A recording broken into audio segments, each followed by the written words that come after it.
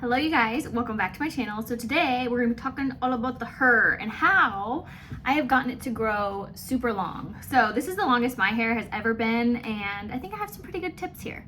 Now, nothing in this video is like a complete miracle worker. I just don't think that that exists, but these are all very tangible, easy things that you can do to help your hair grow way quicker and just healthier in general. So if that sounds like something that you want to see, just keep on watching.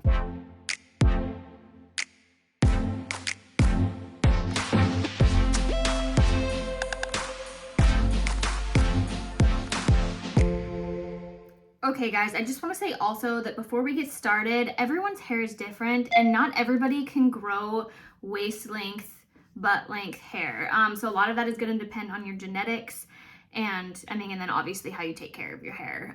So there's different phases in hair growth, and some people's growth phase only lasts 3 years, while some people's lasts like 7, 8, 9, 10 years. So it just really depends what God gave. But what you can do is take care of what you got and make it the healthiest and the longest that you can. Okay, so if I can find a before and after, I totally will. Well, obviously this is the after, but honestly, my hair was in pretty bad shape a couple of years ago. I had tape-in extensions, and I took those out. My hair was super thin. I remember showing a coworker, and like her face when I showed her, she was like in more horror, I think, than I was. Like, it was so thin and just damaged, and I ended up chopping a lot of it off. Yeah, it was not good. That was a couple of years ago, maybe a few years ago. I'll look back. I can't remember exactly how long it was. Okay, you guys, so this was February of 2020, right after I took out my tape and hair extensions, and as you can see, my hair is so thin, and I'm honestly trying to hide it in this photo. Like, I'm trying to make it look thicker. But, so that happened, and then I started growing it out again. It was getting healthier, but I still just had so much damage, so I went in for a cut.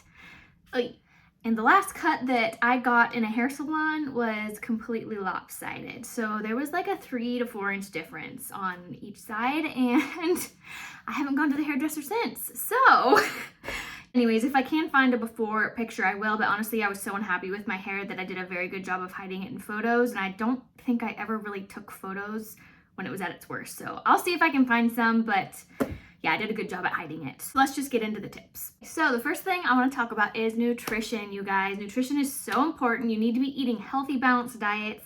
I cannot emphasize that enough. I mean, if you're eating badly, it's going to reflect in your hair, your skin, your nails.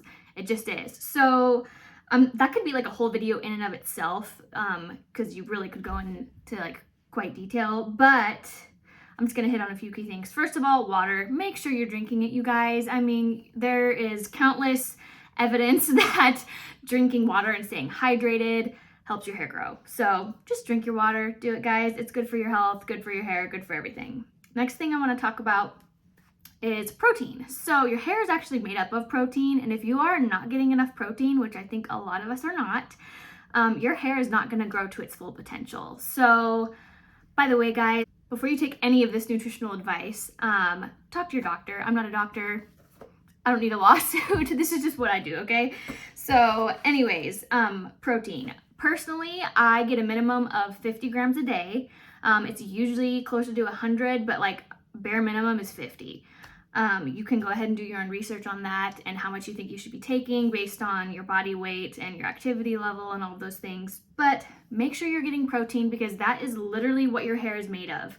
You have to be eating enough protein or your hair, it's not gonna do well. Next thing. So for those of you that don't know, I am currently pregnant and I am taking a prenatal vitamin, but prior to being pregnant, I was actually taking some supplements from Home Nutrition, and I actually saw a very large difference with those, and I will be continuing those once I'm done breastfeeding and all of that after baby gets here. And what's kind of interesting is a lot of the stuff that was in the supplements I was taking is actually in my prenatal. So kind of interesting. But yeah, I was taking their hair, skin, and nails, their vitamin D, and their, I think they had like a hyaluronic acid supplement. And man, guys, I really noticed a difference when I was taking those. It really did help my hair grow, and just, it really helped with the health of my hair as well. Also, what I love about Home Nutrition is on their website, you can go and, whew, God, pregnancy makes it so you can't freaking breathe. A few more weeks. Okay, anyways, you can go on their website, and if you do want to sign up to have it shipped to you monthly. They have like a quiz you can take, and they'll recommend all the different supplements for your different goals. And if you do sign up for that, you do get like some sort of a discount. I can't remember exactly what it was, but it's a pretty darn good deal. So that's what I was doing prior to being pregnant, and I definitely plan on resuming that when I'm okayed by my doctor. Also, guys, of course, eat your fruit and veggies. I mean, not just for your hair health, but for your health in general. You really should be eating a lot of fruit and vegetables, okay? Okay, so the next thing I want to talk about is trimming your hair. So I know that when you're growing your hair, you really don't want to trim it, but you need to. Also, like I said, I have not been to the hairdresser since Let's just say it was a long time. So I do cut my own hair, I dye my own hair, I do it all myself. I taught myself how to do it. Not saying I recommend doing that, but if you're not, definitely find a hairdresser that you trust, because my last haircut was horrible. So, basically what I do is I trim my hair, and I say trim, but it's really more of like a dusting. Like I take off like a 1/4 inch, and I probably do this, I would say every like 6 to 8 weeks. So make sure, sorry, there's a loud truck on the road. Sorry if you can hear that. Okay, anyways, yeah, so make sure you're doing that regularly, and find a hairdresser that you trust.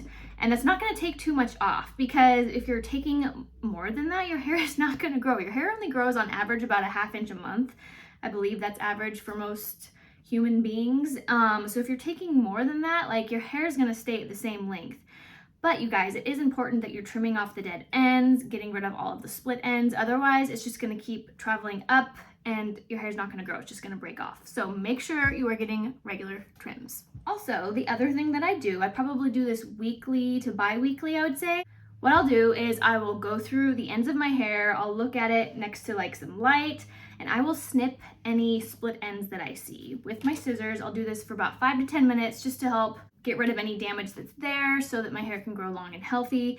Really, truly recommend doing that, because it's always amazing to me how many I find in there.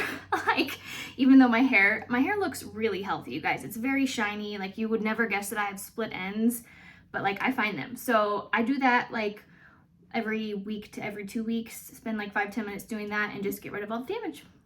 Also, guys, do not just go in with your regular kitchen scissors, okay? Do not do that. I have a pair of hair cutting shears that I did buy on Amazon. By the way, I will link everything that I talk about down below.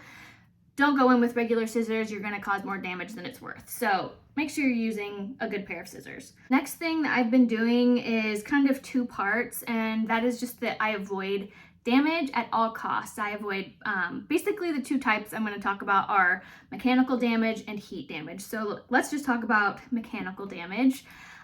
So how you brush your hair, how you wear your hair, how you handle your hair, that is all going to cause mechanical damage or prevent it.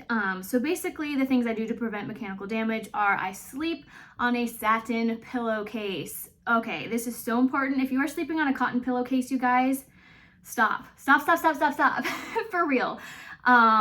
You need to get a satin or a silk pillowcase, because when you're sleeping on cotton, it really roughs up your hair, and it causes damage. Also, your hair is just going to be frizzier in the morning, and nobody wants that. So I do that. And then also when I go to bed, I do try to put it in like a protective style. So like usually it's a braid. That way it's not going all over my head and I'm rubbing it everywhere, and you know, it keeps it all in place and prevents mechanical damage.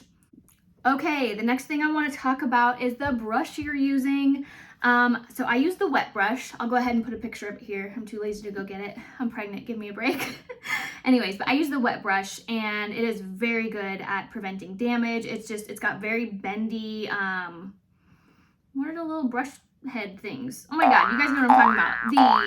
The flex in it is very bendable, so it's not gonna like yank through your hair and cause a bunch of damage. That's what I've been using for years at this point now, and it's the only brush that I will recommend for detangling your hair. So make sure you're using a good brush. Also, you guys, just treat your hair nicely, okay? Don't be like starting at the root and just yanking through all your knots. No, like you need to start at the ends and work your way up. Be very gentle. Like once the damage is there, it's there, you guys. So be gentle, be kind to your hair, treat it like it's a newborn baby, okay? Next thing I do is I use microfiber towels on my hair. I do not use normal regular bath towels. If that's what you're using, you are probably causing a lot more damage than you realize.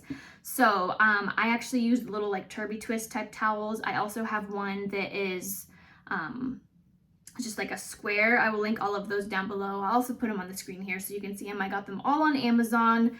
And also, guys, they soak up the water like 100 times better than a regular bath towel. So just saying, you want it for that reason anyway, because it helps your hair dry faster. So yeah, you really should be using a microfiber towel to help prevent any damage. Also, so I don't really use elastics anymore. So the only elastics I will use are when I put it in like the 2 French braids, and I just use it at the bottom. But anytime I'm putting my hair up in a ponytail or a bun, I am using a silk scrunchie or a satin scrunchie, you know, like that silky smooth texture.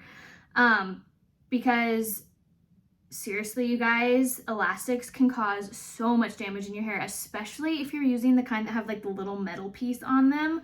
Do not do that. Seriously, I remember there was this girl in school who used to wear her hair up in a tight bun like every single day. And I remember one day she wore her hair down and we were sitting in the bleachers and you could literally see there was just a solid line about right here on her hair from using an elastic every single day, where it had just broken off like a complete shelf. So you guys, make sure you're very gentle. Don't do it up too tight, and definitely opt for a scrunchie over an elastic. Okay, so let's talk heat damage. Number 1, always use a heat protectant. Just do it, you guys. The one I use is from Drybar. I'll link it down below. You really should never use heat without a heat protectant. It is so bad. Don't do it, okay? Just freaking don't. Also, guys, I don't heat style my hair very much at all. These are actually heatless curls, believe it or not. I did these overnight. And yeah, so I have found lots of ways to wear my hair in heatless hairstyles. And anytime I do use heat, I'm using a heat protectant. And I honestly, guys, I kind of avoid heat like at all costs. I really do. I probably use heat on my hair like twice a month, max, maybe 3 times. So I love doing the heatless curls like this, or I also love putting my hair in like the 2 faux French braids at night and then undoing it in the morning, and you've got these beautiful waves. So just find ways to avoid heat, guys. I know that like heat it's the best way to do your hair, it seems. Like, I don't know, I feel like I feel prettiest when I do my hair with heat, but it's not worth it to do it all the time. Like, just save it for like the more special days, okay? It'll be worth it. I mean, seriously, my hair has never been this long. It has never been this healthy. I'm telling you, if you do these things, guys, it will pay off. Also, if you guys want to see like my favorite products and like hair care routine, like let me know, I can do that. My routine does sort of like change from day to day, week to week, just depending on what I'm doing, what sort of hairstyle I'm wearing. But I'd be happy to do that for you guys if that's something that you want to see. Okay, guys, and those are my number 1 tips for growing your hair nice and long and healthy. That's everything that I have done. And I'm telling you, it has worked. This is the healthiest and longest my hair has ever been. Let me know if you have any tips and tricks down in the comments. And of course, let me know if you do any of these things. Yeah, and that's it for now, guys. And I'll talk to you later. Bye.